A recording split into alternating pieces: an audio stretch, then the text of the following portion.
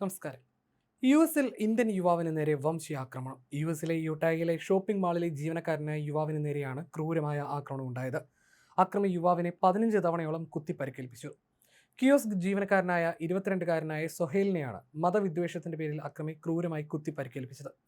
തിങ്കളാഴ്ച west Valley സിറ്റിയിലെ വാലിഫെയർ മാളിലാണ് നടുക്കിയ സംഭവം ഉണ്ടായത്. ഗുരുതരമായി പരിക്കേറ്റ സൊഹൈൽ അതീവ ഗുരുതരാവസ്ഥയിൽ ആശുപത്രിയിൽ തുടരുകയാണ്. സംഭവത്തിൽ പ്രതിയായ പീറ്റർ മൈക്കൽ ലാർസനെ പോലീസ് അറസ്റ്റ് ചെയ്തു. ഇയാൾക്കെതിരെ വധശ്രമം, നിരോധിത മാരകായുധങ്ങൾ കൈവശം വെക്കൽ തുടങ്ങിയ കുറ്റങ്ങൾ ചുമത്തിയിട്ടുണ്ട്. മാളിലെത്തിയ പ്രതി സൊഹൈലിന് സമീപമെത്തി സൗഹൃദം നടിച്ച് സംസാരിക്കുകയായിരുന്നുവെന്ന് ദൃക്സാക്ഷികൾ പറയുന്നു. അടുത്തുള്ള ഒരു ജ്വല്ലറിയിൽ ജോലി ചെയ്യുന്ന ലൂണ നുനസ് എന്ന യുവതി വെളിപ്പെടുത്തിയത് ഇങ്ങനെയാണ്. ലാർസൻ ആദ്യം സൊഹൈലിനോട് എവിടെ നിന്നാണെന്ന് ചോദിച്ചു. ഞാൻ ഇന്ത്യയിൽ നിന്നാണ്, പേര് സൊഹൈൽ എന്ന് മറുപടി നൽകി. തൊട്ടു പിന്നാലെ നീ മുസ്ലിം ആണോ എന്ന് ലാർസൻ ചോദിച്ചു. അതേ എന്ന് സൊഹൈൽ മറുപടി നൽകിയതിന് തൊട്ടു പിന്നാലെ ലാർസൻ ആക്രമണം നടത്തുകയായിരുന്നു. സൊഹൈലിനോട് കുടിക്കാൻ ഒരു കുപ്പി വെള്ളം ലാർസൻ ആവശ്യപ്പെട്ടിരുന്നു. വെള്ളമെടുക്കാൻ സൊഹൈൽ തിരിഞ്ഞ നിമിഷം ലാർസൻ കയ്യിൽ കരുതിയിരുന്ന വലിയ കത്തി പുറത്തെടുത്ത് ക്രൂരമായി കുത്തി വീഴ്ത്തുകയായിരുന്നുവെന്ന് യൂട്ടാ ഇസ്ലാമിക് സെന്റർ ഇമാം ഷുഐബുദ്ദീൻ പറഞ്ഞു. തന്റെ കൺമുന്നിലാണ് സൊഹൈലിനെ അയാൾ മൃഗീയമായി കുത്തി വീഴ്ത്തിയതെന്ന് ലൂണ പറഞ്ഞു. എനിക്ക് എറിയാൻ കിട്ടിയതെല്ലാം ഷൂസ്, കസേര, അങ്ങനെ എന്തും ഞാൻ എറിഞ്ഞുകൊണ്ടിരുന്നു.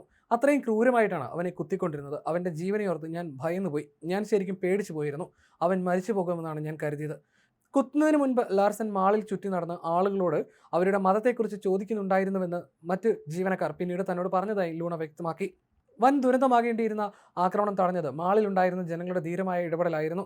സൊഹൈലിനെ കുത്തിവീഴ്ത്തിയ പ്രതിയെ ചുറ്റുമുണ്ടായിരുന്ന ആളുകൾ ഓടിയെത്തി ബലമായി കീഴ്പ്പെടുത്തുകയായിരുന്നു. പോലീസ് എത്തുന്നതുവരെ ഇവർ പ്രതിയെ പിടിച്ചുവെച്ചു.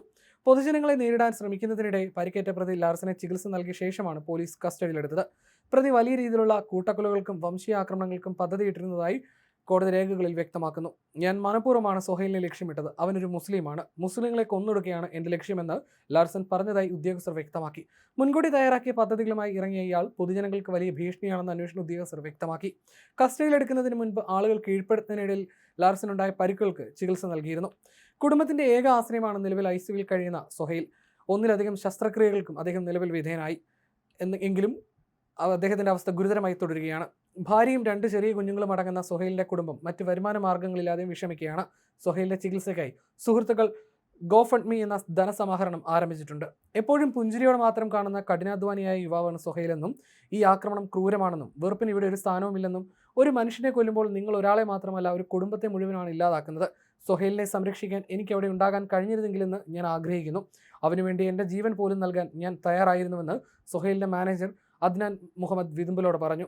അമേരിക്കയിൽ കുടിയേറ്റ വിരുദ്ധ പ്രസ്താവനകളും തീവ്ര വംശീയ ചിന്താഗതികളും കാരണം മുസ്ലിം വിരുദ്ധ ആക്രമണങ്ങൾ സമീപകാലത്ത് വർദ്ധിച്ചു വരുന്നതായി മനുഷ്യാവകാശ സംഘടനകൾ ചൂണ്ടിക്കാണിക്കുന്നു. സംഭവത്തിന് തൊട്ടുമുൻപ് പ്രതി ലാർസൻ മാളിലെ മറ്റു പലരോടും അവരുടെ മതം ചോദിച്ച് നടന്നിരുന്നതായി പോലീസും സ്ഥിരീകരിച്ചിട്ടുണ്ട്.